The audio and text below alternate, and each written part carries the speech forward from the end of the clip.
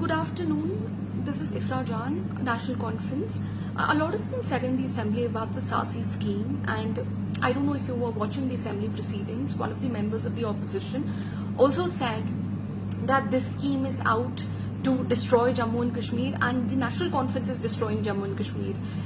The irony of the situation is that it comes from a political party that handed over Article 370 and the land rights, so job rights, so domicile rights, and everything that we had to the BJP on a platter.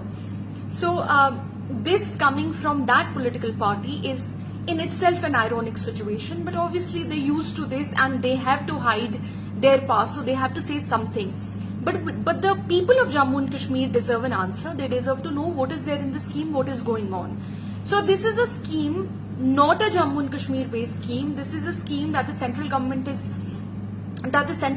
has basically designed.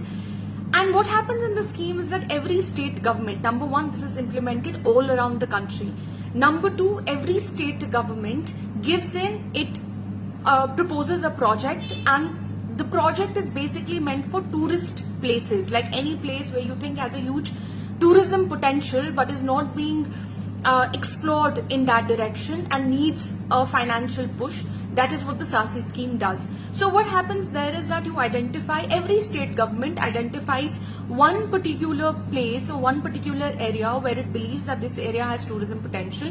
It makes it simply prepares a project cost, and then it gives some project cost to the central government. The central government in turn funds the whole thing. The state government retains the control, entire control over that project. It is the state government that decides how everything goes on, and the central government only funds the project. It only gives in money.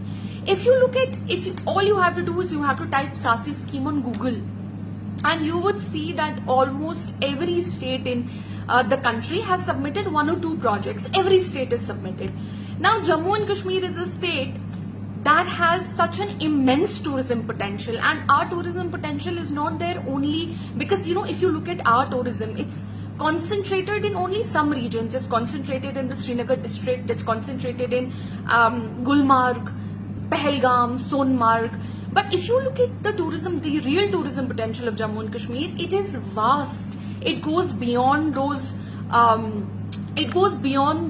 I would say, overdone places. I mean, if you look at the regions of Pir Panjal, if you look at the regions of Chenab Valley, if you look at the cultural significance of Sheher Khas, if you look at the cultural significance of Jammu city, the huge cultural tourism potential that these areas have. Even in the state of Jammu and Kashmir, for instance, in Pulwama, for instance, if you look at Tral, in Tral, if you look at the hunting grounds, so these are areas, so every area has a tourism potential. And similarly, Jammu and Kashmir government also submitted a project. Very simply, it submitted a project and said, okay, we also will like to implement our projects in these areas. That is it. This is what the scheme is, and this is what the entire country is doing.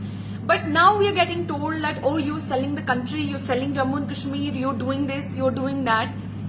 Unfortunately, a lot of people want to be heroes in the assembly because they want to project themselves as the potential leaders of the area, and they also want, in a way, to deflect from their tainted past. They also want to deflect from what they've done. They also want to deflect from what the political party has done. So I hope, if you want more details on the SASCI project, what have we done, what projects are there, it's all available online. There is just no information which we have not put online. Please do not get deflected. The fight for Article 370 continues. The fight for statehood continues. The fight for rights of every single person in Jammu and Kashmir continues. And when we say our fight for people of Jammu and Kashmir continues, we do not say it continues only for Kashmiri Muslims. Obviously, it continues for them. It also continues for Jammu Hindus. It also continues for people in Pir Panjal, for Chenab Valley, other areas, the Gujars, the Bakarwal brothers and sisters. I want you to understand that our land rights and our job rights, they protected everybody irrespective of religion. Like, you did not need to be a person from a particular religion to be protected against cultural, against what you call, cultural dilution. So unfortunately, people are being made to believe that Article 370 was a very Muslim thing. State rights, domicile, the original, what were those called? The original documents, for instance, residential documents like the Permanent Resident Certificate, PRC, that was a very Muslim thing. It was a very Islamic thing. It is very unfortunate. Today we see what is going on in Ladakh. Today we see now that Ladakh has lost those rights. They don't even have a legislature. We see how people are out on the grounds.